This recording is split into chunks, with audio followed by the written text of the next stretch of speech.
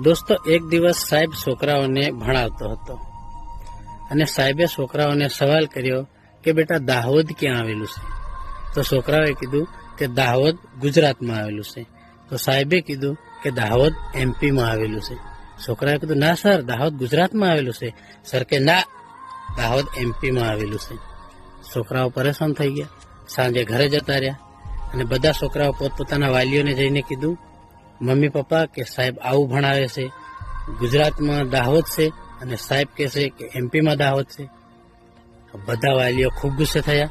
બધા એક સાથે સવારે નિશાળે આવી ગયા અને સાહેબને કીધું, સાહેબ તમે તો ગલત ભણાવો છો, દાહોદ તો ગુજરાતમાં છે અને તમે તો એમપીમાં કહો છો. સાહેબે કીધું, પહેલા ફી જમા કરાવો. 10 દિનથી હું તમને ફોન કરીને ફી જમા કરવા બોલાવું છું તો પણ આવતા નથી.